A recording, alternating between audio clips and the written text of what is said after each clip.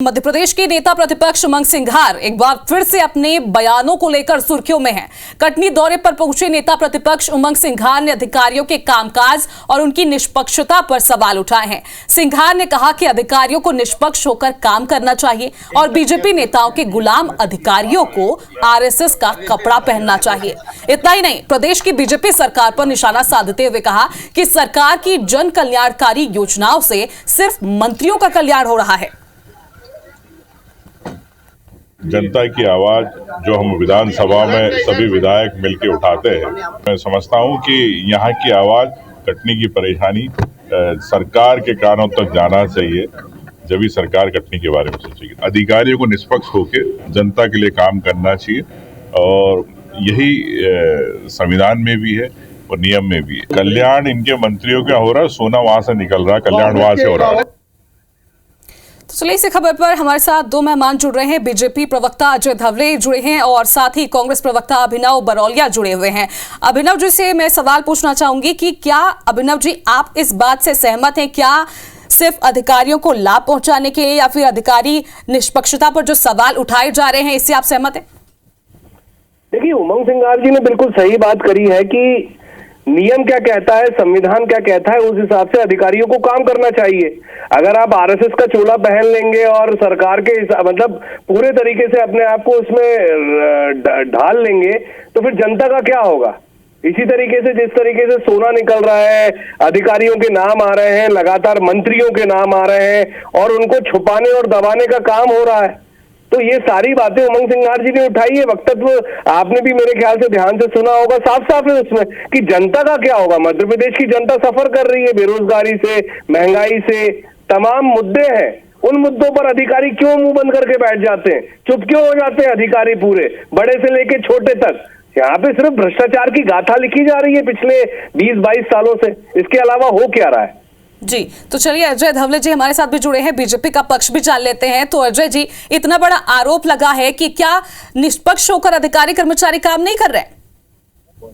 मुझे लगता है कांग्रेस को पहले अपने गिरबान में झांकने की आवश्यकता है। जिस प्रकार से देश की न्याय व्यवस्था ने राष्ट्रीय स्वयंसेवक संघ के गतिविधियों में सम्मिलित होने के लिए अधिकारियों को अनुमति दे दी है, तो मुझे लगता है कांग्रेस इस प्रकार के आरोप जो लगा रही है वो निष्पक्षता के पैमाने में नहीं आते। कांग्रेस अपने गिरबान में जाके, जब कांग्रेस के नेतागण, कांग्रेस के पदाधिकारी कट्टरपंथी संगठनों के कार्यक्रमों में सहभागी हो सकते हैं, तो मुझे लगता है देश के सबसे बड़े स्वयंसेवी संगठन जो गैर राजनीतिक रूप से सिर्फ और सिर्फ सांस्कृतिक और देश के एकता को जोड़ने का काम जो संगठन करता है, उसकी गतिविधियों में मुझे लगता है संगठन पर तो बैन लगा देना चाहिए आरएसएस पर और मोहन भागवत जी पे कार्रवाई करनी चाहिए। राष्ट्रीय स्वयंसेवक संघ की गतिविधियों को अप्रूव किया है राष्ट्रीय स्वयंसेवक संघ ने। ये अगर कोई और बोल देता है, ये शब्द जो आजादी देश की बोली है उन्होंने 22 जनवरी 2024 को आजादी मिली है, अगर ये शब्द कोई और बोल देता तो अभी जेल में होता। आपको आजादी को संविधान पे विश्वास नहीं है। देश के न्याय व्यवस्था ने इस विषय की अनुमति दे दी है, तो मुझे लगता है अननेसेसरी विवाद करना आपका काम नहीं है। कांग्रेस को शुद्ध रूप से ऐसी बचकानी राजनीति से बाहर जाने की आवश्यकता है। राष्ट्रीय स्वयंसेवक संघ देश का सबसे बड़ा गैर राजनीतिक सांस्कृतिक समाजसेवी संगठन है। आज देश को आवश्यकता है एकता के सूत्र में पिरोने वाले ऐसे अनेक सामाजिक संगठनों की, लेकिन कांग्रेस कट्टरपंथियों के दबाव में राष्ट्रीय स्वयंसेवक संघ का विरोध करती रहती है। अच्छा अभिनव जी, क्या आपको कानून व्यवस्था पर भरोसा नहीं है? अगर कोई भी कर्मचारी निष्पक्ष तौर पर काम नहीं कर रहा है तो जाहिर है उस पर तो कोई एक्शन होगा ही। देखिए, देश की और प्रदेश की हालत आप देख रहे होंगे। मणिपुर किस तरीके से जल रहा है, उस पर इनका मुंह सिल जाता है। आरएसएस की बातें कर रहे हैं और संगठन की बात कर रहे हैं, एक शब्द नहीं बोलते। कितना हाहाकार पूरे प्रदेशों में मचा हुआ है। मध्य प्रदेश में हालत आपको क्या ठीक दिख रहे हैं? लॉ एंड ऑर्डर कहाँ जा रहा है? चोरियां हो रही हैं, बलात्कार हो रहे हैं, लोग रह नहीं पा रहे हैं, लोग सुसाइड कर रहे हैं, बच्चे खत्म हो रहे हैं, पैसा किसी के पास है नहीं, और ये अच्छी अच्छी गाथाएं गा रहे हैं आरएसएस की और बीजेपी की। अरे भैया, अधिकारियों को सोचना चाहिए, आप अधिकारी को कैसे काम कराना है। मेरे ख्याल से ये वो भी नहीं कर पा रहे, ना सत्ता संभल रही है, ना संगठन चला पा रहे हैं, कुछ भी तो नहीं कर पा रहे हैं। सीधा सवाल पूछ रहे हैं कि ना तो सत्ता संभल पा रही है बीजेपी से और ना ही कानून व्यवस्था।